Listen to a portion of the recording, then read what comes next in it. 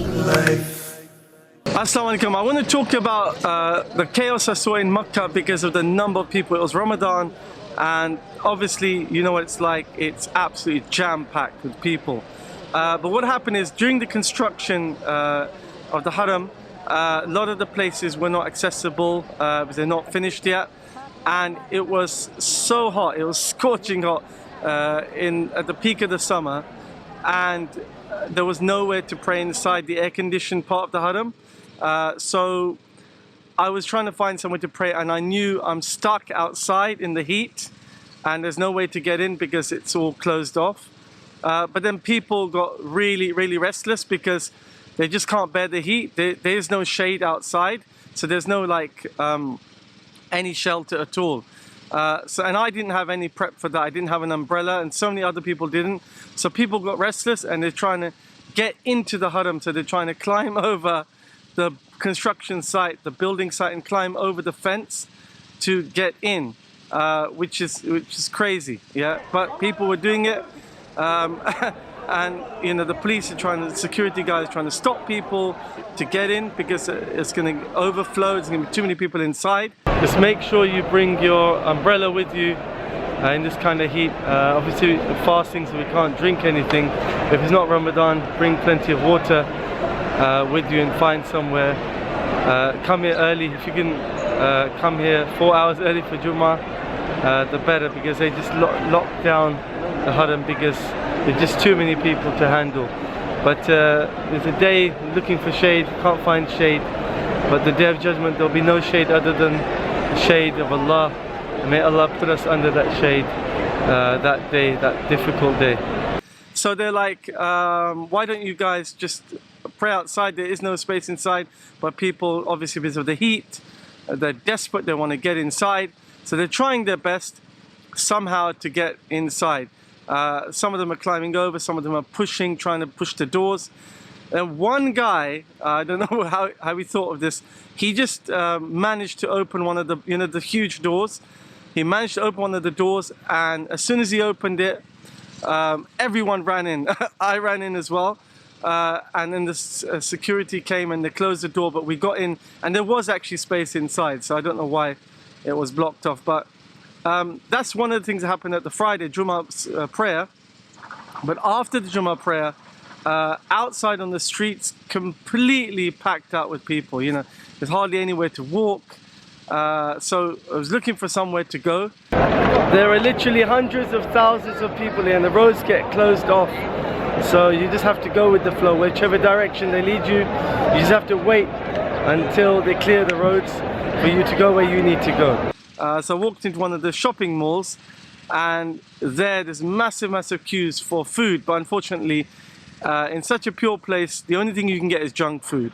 I couldn't even find a salad. There's nothing pure in a pure city. It's all processed junk food, you know. So you're feeding your body with basically rubbish, you know, highly processed oil, you know, deep fried burgers and fried chicken and chips and desserts, but nothing pure to eat, which the Quran says eat tayyib, eat pure stuff. So you couldn't find anything pure. But even then, for the queues, there's a massive fight breaks out. People are arguing, you know, just to get their food and fighting, and then there's a massive fight. And I'm like, people haven't got patience to wait. And one of the things I noticed was that the prices, because it was busy, they tripled the prices in some of the shops. So I don't know what, you know, we talk about pure city, and then the behavior is, you know, is crazy, you know. The really upsetting and shocking thing is that people leave so much mess in such a pure place, and it's really sad to see how much they have to clean. Tripling the prices because, you know, people are coming to eat. So I don't get that. I don't get that at all. But anyway, that's the kind of chaos that can happen sometimes with so many people. It's hard to manage that many people anywhere, you know. But if we could be a bit more organized into our behavior and patience, that would go a long way, I think, to helping the situation, because people, I see a lot of people, they don't have patience. They just want to. Tonight's the 27th night of Ramadan, and the Haram is completely full. So we're on the overflow outside of one of the gates. So everyone had to pray outside because there's no space inside, and the queues are absolutely massive. So people want to do Umrah tonight. It's this Friday, and it's also going to be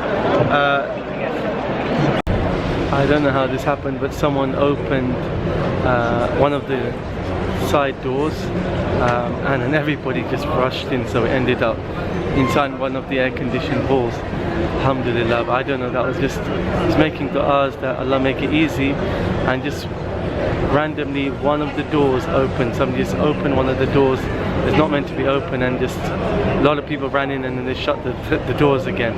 But there seems to be some space here, alhamdulillah, but they're not letting any more people in, so there's people still outside in the heat. You know, everything, you know, our people, they don't have a lot of patience. They need sabr. Sabr is half of our iman, sabr and shukr, the two aspects of having faith, you know, having patience and being grateful. And I think that's something we can learn. And I you know, it's too hot. This is the only shade I can make for myself in this heat. What else can you do? Just the dhikr of Allah and wait for the khutbah to start. Still a long way to go yet for the khutbah, but just one of those things. It's 3 hours to Jummah, and the Haram is closed, but it's completely full, and everyone's desperate for shade, and they're pulling and pushing, just trying to get to any place where they can find a bit of shade. It's just reminding me of the Day of Judgment, when we'll be desperate for shade, and everybody's just looking for a little bit of space where they can just save themselves from the heat of the sun. It's just so desperate. People are so desperate. The desperation is just making people climb walls and argue and fight. So imagine what the Day of Judgment will be like. It's just a powerful reminder. When we go on Hajj and Umrah, we're going to become better people. We're going to improve ourselves. And if we don't do it there, you know, the amount of dirt you see, the mess people, the litter, and the anger and fighting, you know, we're going there to purify ourselves and to purify our hearts. And if we're going to continue our behavior there, that's why some people, they come back and they haven't changed at all. They're exactly how they were when they left. So there's, you know, what is the point of an Umrah or Hajj where you come back the same as you were when you left? You know, so asking for forgiveness, but we don't want to change. So really, if we're going to do this, we want to change, you know. We want to go out there and become new people. So that's the whole point of it. So these might be things we might not pay attention to, like just being calm, helping each other, be respectful to other people in the crowd, you know, not arguing. You know, these are the things that we go there to learn and improve, to get closer to Allah. So I thought I'd just mention that. I've got a few videos on Umrah that I've had for a long time. Thought I'd release them now because they've just been lying on my laptop. So inshallah, subscribe, and I'll see you on the next one. Assalamu alaikum.